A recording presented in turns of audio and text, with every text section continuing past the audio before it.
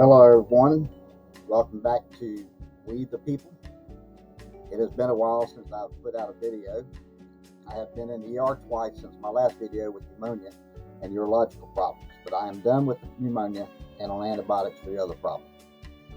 Today we will be going over the presidency of William Henry Harrison, 9th President of the United States. As always, I am requesting that if you have not subscribed to my channel, be sure to hit that subscribe button. So without further ado, I present 9th President of the United States, William Henry Harrison. Harrison only lasted 32 days in office, the shortest stint of any president. William Henry Harrison, America's 9th president, served just 1 month in office before dying of pneumonia. His tenure from March 4, 1841 to April 4, 1841 is the shortest of any U.S. president. Harrison was born into a prominent Virginia family, joined the Army as a young man, and fought American Indians on the U.S. frontier. He then became the first congressional delegate from the Northwest Territory, the region encompassing much of the present-day Midwest. In the early 1800s, Harrison served as the governor with the Indiana Territory and worked to open American Indian lands to white settlers. He became a war hero after fighting Indian forces at the Battle of Tippecanoe in 1811. Harrison went on to serve as a U.S. congressman and senator from Ohio. He was elected to the White House in 1840, but passed away a month after his inauguration, the first U.S. president to die in office. In his early years, William Henry Harrison was born on February 9, 1773, at Berkeley, his family's plantation near Richmond, Virginia. His father, Benjamin Harrison, was a signer of the Declaration of Independence and a governor of Virginia. The younger Harrison attended Hampton-Sydney College and studied medicine at the University of Pennsylvania before dropping out in 1791 to join the Army. Did you know, while governor of the Indiana Territory, William Henry Harrison lived at Grouseland, a mansion built for him in 1803 near the frontier village of Vincennes. The first brick home in the territory, it had thick exterior walls to protect against potential Indian raids. Today, Grouseland is a museum. Harrison fought against Indian forces in various territorial conflicts, including the Battle of Fallen Timbers in 1794, which was won by the U.S. and opened present-day Ohio to white settlement. Harrison was promoted to captain and became commander of the Ohio Fort Washington, near present-day Cincinnati. In 1795, Harrison married Anna Tuthill Sims, whose father was a judge and wealthy landowner in Ohio. At first, Judge Sims was against a match between the two, believing his prospective son-in-law's military career on the frontier was not conducive to marriage. As a result, the Harrisons eloped. The couple had 10 children, 6 of whom died before Harrison became president. Their son, John Scott Harrison, would grow up to become a U.S. congressman from Ohio and the father of Benjamin Harrison, the 23rd American president. After Harrison resigned from the Army in 1798, President John Adams named him Secretary of the Northwest Territory, a region encompassing the present-day states of Indiana, Illinois, Michigan, Ohio, Wisconsin, and parts of Minnesota. The following year, Harrison became the Northwest Territory's first congressional delegate. In 1800, Congress created the Indiana Territory from part of the Northwest Territory, and Harrison became governor of the new territory. In this position, he negotiated treaties with American Indian tribes in which they agreed to hand over millions of acres of land. Not all tribes were happy with these treaties, however, and Harrison subsequently called in U.S. forces to remove the Indians from the treaty lands and secure them for white settlers. In 1811, at the Battle of Tippecanoe in Indiana, Harrison's forces fought off followers of the powerful Shawnee leader Tecumseh. Although the U.S. suffered significant troop losses and the battle's outcome was inconclusive and did not end Indian resistance, Harrison ultimately emerged with his reputation as an Indian fighter intact.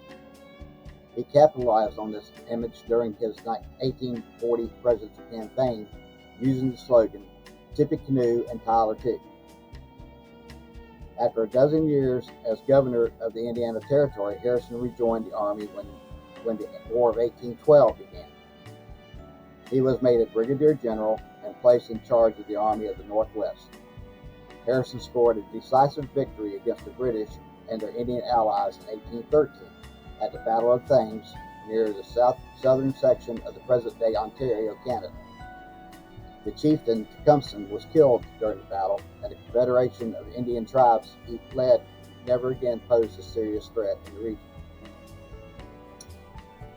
The Log Cabin Campaign.